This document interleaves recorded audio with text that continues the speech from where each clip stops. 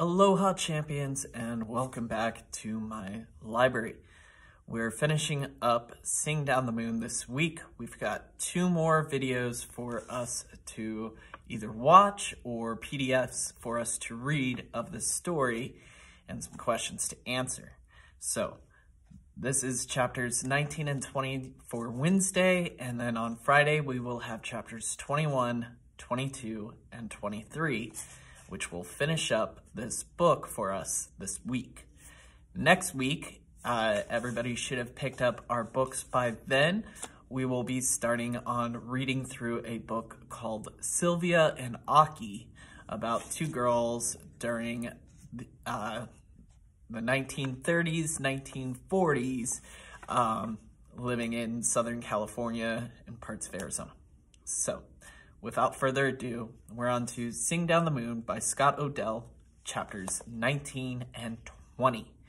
Last time, they were undergoing the Long Walk, where they were forced by the Long Knives to march for over 500 miles to Fort Sumner, or Bosque Redondo, where all of the Navajo and other tribes were gathered together under the force of the U.S. soldiers.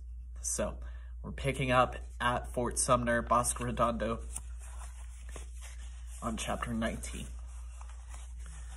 The gray flatland between the banks of the river was divided among the clans.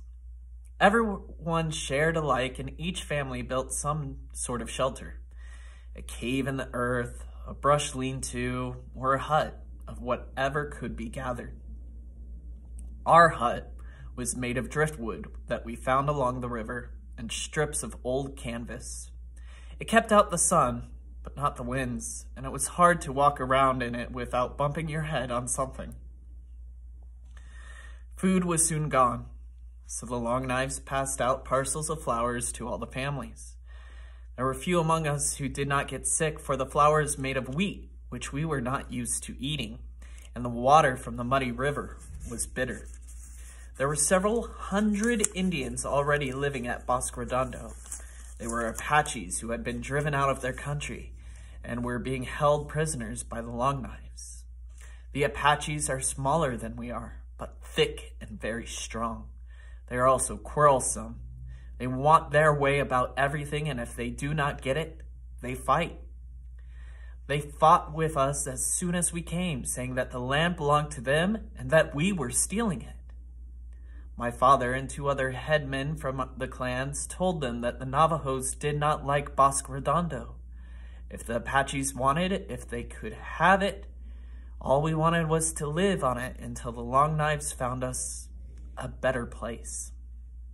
These words did not please the Apaches, and they tried to hurt us whenever they could. When every family had shelter and food, the Long Knives sent all the men who were able to work with a hoe to break up the earth and plant it with corn and with wheat, which we did not like. Then they set them to digging ditches to carry water from the river into the fields. Thus summer began at Bosque Redondo, our new home. My mother and sister and I, like all the other women, had little to do. There was no corn to grind. Wagons came filled with flour. White soldiers stood in it up to their knees and passed it out to us on big wooden shovels. There were no sheep to tend to, or wool to shear, or blankets to weave. There were no hunters to bring in hides to scrape and stretch and make into leggings. We were idle most of the time. It was the same with Tallboy. He would come over every morning after breakfast and sit around in front of our hut until the sun was well up. Then he would wander down to the river and lie in the sun some more. He liked to show the other young Navajos the big white scar on his shoulder where the Spaniard's bullet had struck him. Only he told them it was one of the Long Knives who had given him the scar. The other men were also idle most of the time. Once the fields were planted and the water ditches dug, like Tallboy, they enjoyed talking about the days before we came to Bosque Redondo. They sat around and bragged about things that they had done. They made threats against the Long Knives, but the threats were weak and spoken quietly. They gossiped worse than the women. The heart had gone out of them. The spirit had left their bodies. It was a bad summer in Bosque Redondo. There were ghosts and witches everywhere, and many people got sick and died. When the first crop failed, there was little rain, and our men had trouble leading water up from the river. Some of the fields were planted again, but winds blew the seeds away and fall came without a harvest. There was much talk after that about the Long Knives who lived in the gray-walled fort in the midst of our fields. Hardly a day went by that some new story did not spread from hut to hut about them. The wheat flour would run out before winter came. The flour was cursed, and if we went on eating it, we all would have died. The Long Knives wanted us to die, and so we would, in some way or another. One story came to use from 3 different men who had been in a place 15 days' journey to the north. Each man brought the same story, so it was surely true. The place was called Sand Creek, and it was near a town which was in the mountains. They said that a village of Cheyennes and Arapahoes were asleep in their lodges. There was a white preacher, and he rode out from the town with some men, and when they came to the sleeping village, he gave an order. "Kill and scalp all Indians, big and little," he shouted, "since nits make lice." Without warning, every Indian was killed. Afterwards, scalps were taken and shown to the people in the town. The story was told many times, and everyone feared that the same thing would happen to us. The Long Knives would steal out from their fort and kill us all while we slept. Yet our men, they did nothing. They sat and shook their heads, but made no plans to defend themselves or their families should the Long Knives come. Even Tallboy did nothing but talk about the soldiers and how they wanted to see us die. One day I asked him, "What are you going to do if the Long Knives fall upon us in the night? Will you cover your head and wait to be slain?" He looked at me as he bit his lip. "The gods will tell us what to do," he said. "Now they punish us. When the time comes, they will speak, and we will hear them." My father talked this way too, and many of the other men at Bosque Redondo when summer was ending. Chapter 20. Before snow came, when the first north wind blew, my mother and I and my sister started to work straightening our hut. Tallboy's father knew one of the Long Knives. I think that he gave the soldier a valuable belt of silver and turquoise. Whatever it was, the white man gave him a speckled horse, too old for the soldiers to ride any longer, that they were going to kill. We borrowed this horse and went across the river and cut willow poles, which we used to buttress the thick walls of the sagging roof. Tallboy, besides getting the horse for us to use, helped put the poles in place and heap up the earth against them. This pleased my mother. She began to say a word to him now and then, and even smiled a little when he was around. Therefore, I was not surprised that Tallboy's father came over one evening after we finished working on the hut, and he talked to my father. Then the next day, Tallboy's 2 uncles came over and talked. The talks went on every day until the new moon, and they made a good marriage bargain, though my mother did not get the old speckled horse, which she really wanted. Relatives came to the wedding. There were so many that all of them could not get inside the hut. Tallboy went in first, then my father, then me. Tallboy and I sat on a blanket in front of a basket of corn gruel and a jar of water with a ladle. My father crouched nearby. Relatives filed in and sat on both sides of us. Then my father made a cross with white corn pollen over the gruel and a circle around the cross.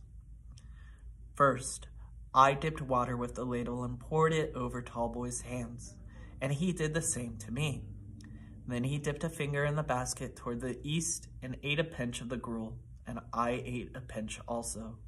We ate pinches from all the different directions. Then the wedding was over, and everyone came forward and began to feast. The elders, as they feasted, gave me advice about being married. One aunt told me not to scold.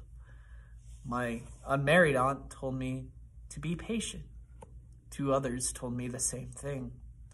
My cousin told me to be polite to everyone, even to strangers. There was advice until the relatives left at sundown, but I was so excited that I did not hear much of it. Our hut was too small before Tallboy moved in with us. Now there was no room, so we made a lean-to of willow poles and earth nearby. It was really more of a cave, and in it we stored the things that we did not use every day, and food if we had more than we needed, which was not often. Snow came early that year and melted, and then a freeze came with a cold wind, and the earth was as hard as stone. The white soldiers drove their wagons through the village every week and ladled out flour, but the ladles were smaller than they had been in the summer. Flour always ran low before the wagons came again, and people began to go hungry. All but the Apaches, who were fed first. Once more there was talk that the Long Knives wanted us to die. Before winter was over, all the Navajos would starve to death, the old men said. Snow fell and the wind piled it up around our hut, so we had to dig a tunnel to go out. People fell sick and died. Scarcely a day went by that you did not hear a chant for the dead, the wind blowing and the voices singing. Oftentimes it was hard to tell one from the other. It was then, at the time the big snow melted, when so many were dying, that I made up my mind. My husband and I had gone down to the river, using the old speckled horse to gather firewood. After the wood was cut and loaded onto the horse, we stood on the bank for a while to get our breath. The gray walls of the fort were the color of the sky, and the sky was the color of the land stretching away in the sunless morning. Some soldiers marched up and down, bleeding on drums and blowing horns. I said to my husband, I think of our canyon. I see it before I go to sleep. Sometimes in my dreams and always when I wake up, I see the high stone cliffs and the trees standing against the sky. I see my sheep wandering about with no one to tend to them. They are not wandering now, he said. The wolves have killed them, and there are none left. You had better think of something else besides sheep. His words made me angry, though I did not show it. Some are still alive, I said. That is why I see them. He looked at me as if I had turned into a witch. If some are alive, why is it that I do not see them? He said. Do you have a true eye or something that I lack? I suppose I see them because I want to, I said. And you do not see them because you do not want to. I never had any sheep to see, Tallboy said. A few goats, but no sheep. But you can see the canyon if you look, I said. You were born there and lived there as a boy and grew to be a man. It was your home, and it still is. His long hair was braided into 2 ropes that lay forward on his chest. He tossed both of them back. I do not want to think of the canyon, he said. My father does not want to think of the canyon either, I said. This is not the time to think about the canyon, he said, and shouted to the horse. We climbed the riverbank and set off toward the hut. The white soldiers were still marching around the fort. I said nothing more that day about the canyon or the sheep, but I made up my mind as we went back through the village past the rows of brush huts where people shivered and were dying. Within the rising and waning of 5 moons, my baby would be born. It will not be born here in the shadow of the gray fort, I said to myself. Not here. So that concludes chapters 19 and 20 of Sing Down the Moon, of Bright Morning and Tallboy's wedding while being held captive by the Long Knives at Bosque Redondo. We have one more reading of Sing Down the Moon, where we're going to go over chapters 21, 22, and 23 on Friday. But for today, We've got 5 to 10 questions to answer about the story that you read today, and I will see you real soon. Stay awesome.